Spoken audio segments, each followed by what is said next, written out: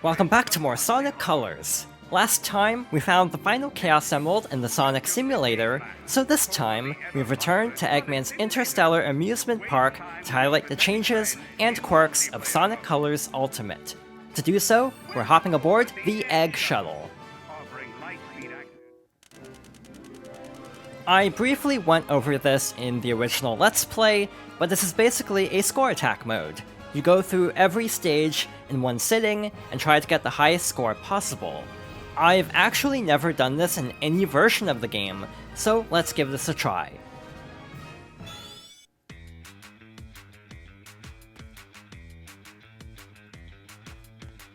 Starting with Tropical Resort, a lot of visual and audio changes are immediately apparent. So the graphics have been redone, like for example the sign is a lot more vibrant than it used to be, and the music is also a lot different as well. Both the graphical changes and the audio changes are actually very divisive. I feel like I don't mind the changes as much as some fans did, but there are definitely aspects of the Wii version I preferred. One new addition is like a perfect timing homing attack, and honestly, I actually don't entirely know what the difference is, other than it makes a much louder sound when timing it properly. One benefit of going through the Egg Shuttle mode is you actually have access to every wisp. So normally we would not get the Drill Wisp until Sweet Mountain, but we have everything unlocked. So we can actually check out certain alternate pathways and find some secrets, not that it really matters. I'm pretty sure red rings don't count in this mode, though to be fair, again, I've actually never finished this mode, so I actually don't know for sure. I remember when this game was originally announced, there was a lot of debate over how the graphics looked. One thing I remember very distinctly was that the earth in the background of the stage was actually left out of some of the original screenshots, which made it look a lot darker and obviously a lot less colorful than the original, which did not help the first impressions.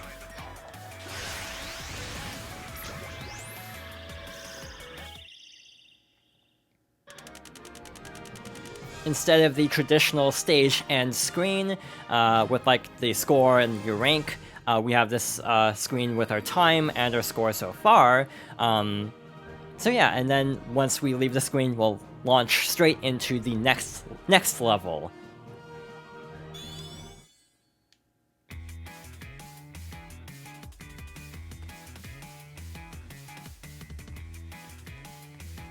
The way the music works is very interesting actually, and additional options were actually added in later.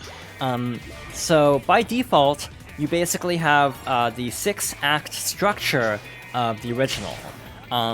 The first 3 tracks, or the first 3 acts in each world have the remixed songs, and then the final 3 acts have the original themes. In a patch, the ability to actually toggle the soundtrack was added. I'm pretty sure at least that wasn't available at launch. So yeah, you actually can play with just the remixes or just the originals, depending on your preference. I definitely can see arguments for both, to be honest.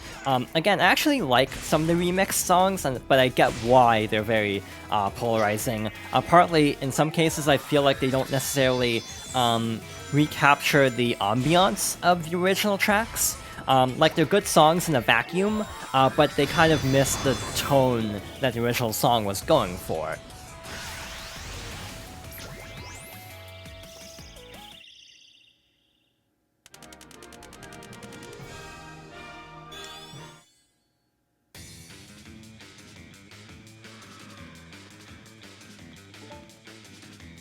One problem I have with Sonic Colors Ultimate is a problem that was actually in the original.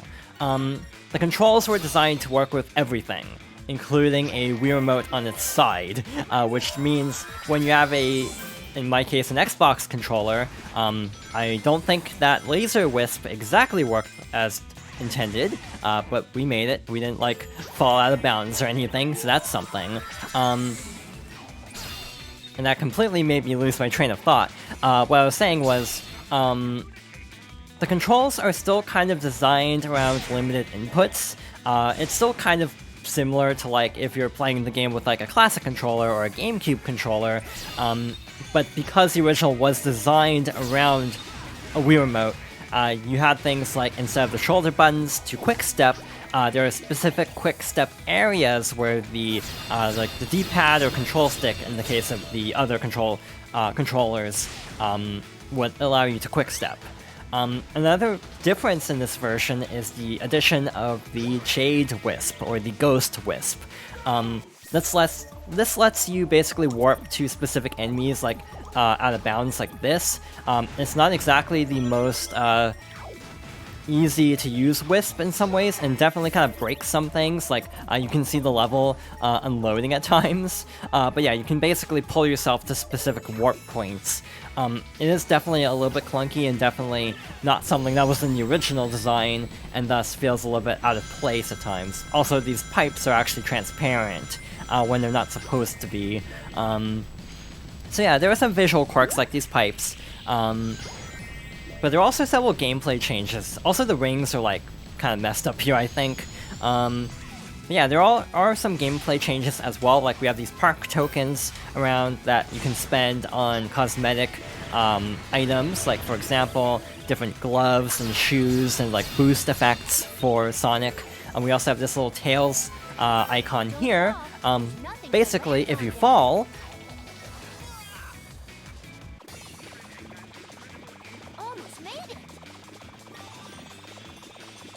as long as you have like enough Tails icons, he'll basically come and rescue you.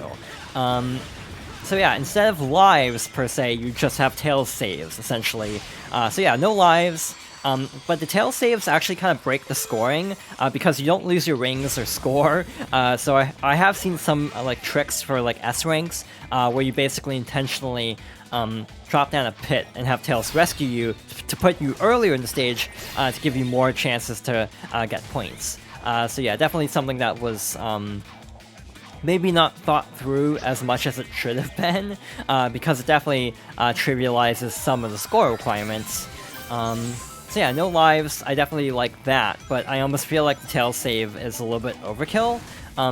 I remember there were like concerns about that making the game a little bit too easy when this already wasn't exactly a super challenging Sonic game. And I definitely kind of agree with that. I kind of wished there was an option, kind of like how Origins has like a classic mode.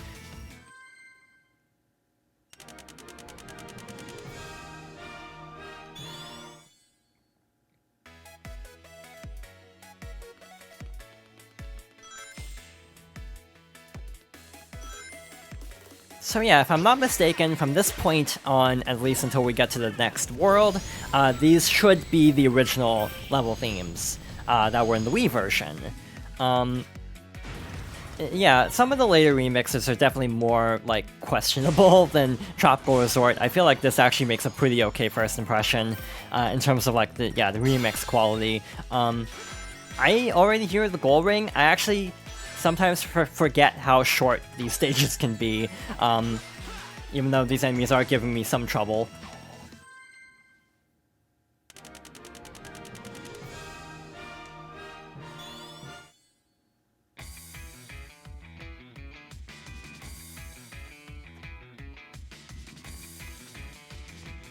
I don't remember if this was ever, like, proven, through like data mining or anything, but I fully believe like some of the rumors I've heard about like this originally having a very different structure, and then was kind of like various zones were split off to basically make more acts. So instead of like 2 or 3 long acts, there's like 6 acts of varying length. I definitely feel like that's a believable like bit of speculation if that hasn't been outright proven by now, just because it definitely feels like some levels end where another level begins, and yeah, some levels just kind of feel like an afterthought with how like absurdly short they are. Also, earlier I decided to use the Spike Wisp instead of the laser just because, again, normally you don't have Spike unlocked at this point, so it's kind of novel. It is actually meant to be played through multiple times, like the original as well. by having all these wisps as unlockables, and then basically they allow you to access like red rings and other secrets. We also have this little optional exit up here that we can wall jump to.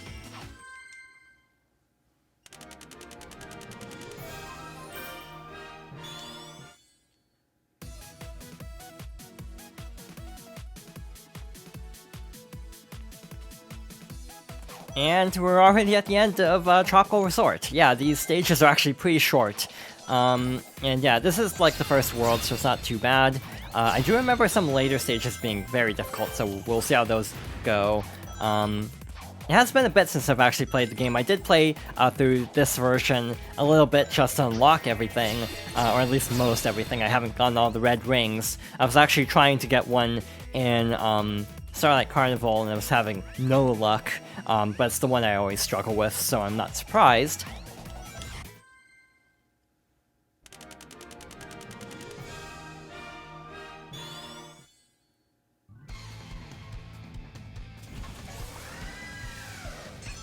Also, one thing worth mentioning is you hold onto your rings and boost gauge, which is kind of nice in some cases, so you don't have to actually build up boost.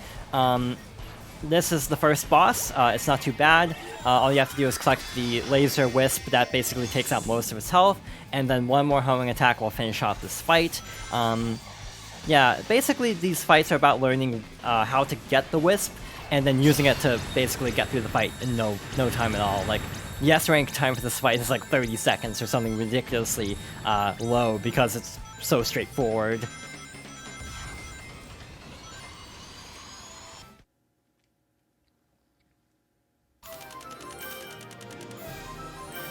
And that concludes Tropical Resort.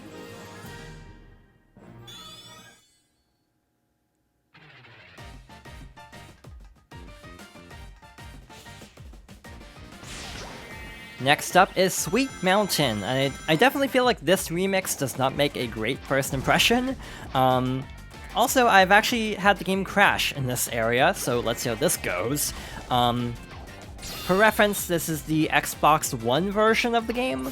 The reason I picked this version is the PS5 version at launch had save corruption issues, and the Switch version had a myriad of issues. Also, one quirk I don't like in Sonic Colors is how drifting and boost are the same button, instead of like holding circle to drift.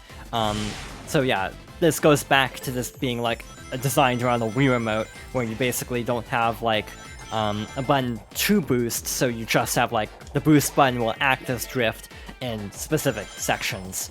I wish for this version they had actually retooled the controls to actually function like Generations, where you have like left bumper, right bumper to quick step, circle to like stomp, and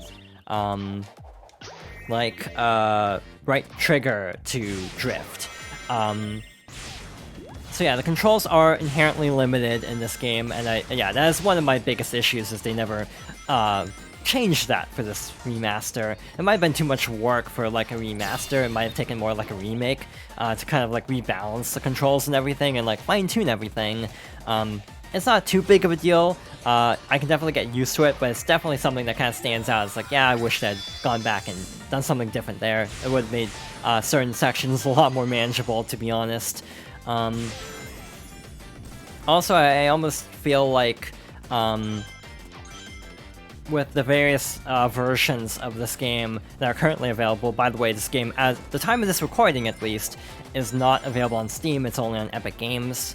I definitely think the Xbox is the best version. Like, it does feel the most stable, other than it crashing a couple times. So I've had two crashes, once while trying to record this, and once while playing through all the levels on my own time.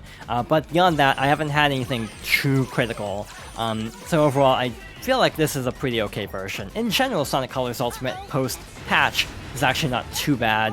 I don't know if I can fully recommend it over like playing the original, but it's definitely in way better shape than at launch.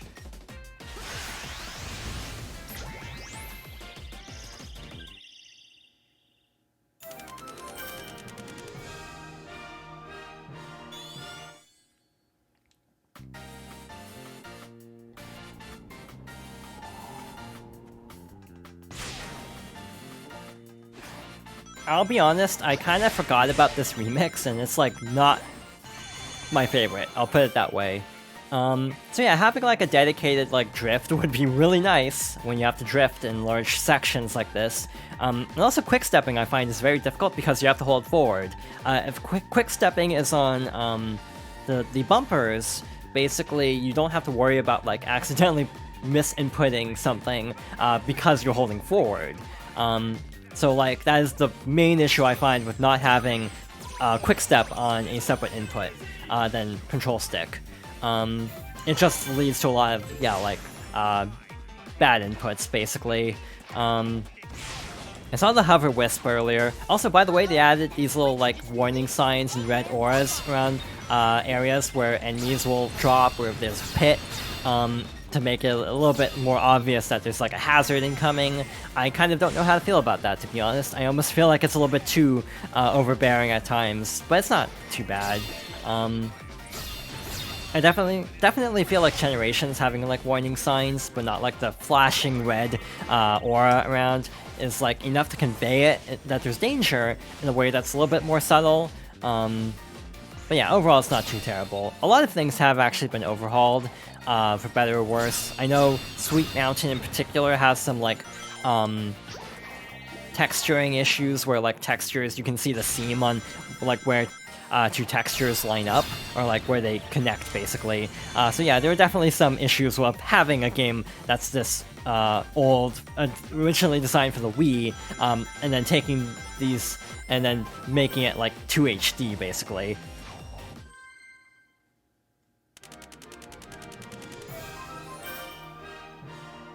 But with that, I think we're actually going to take a break here and resume Sweet Mountain next time.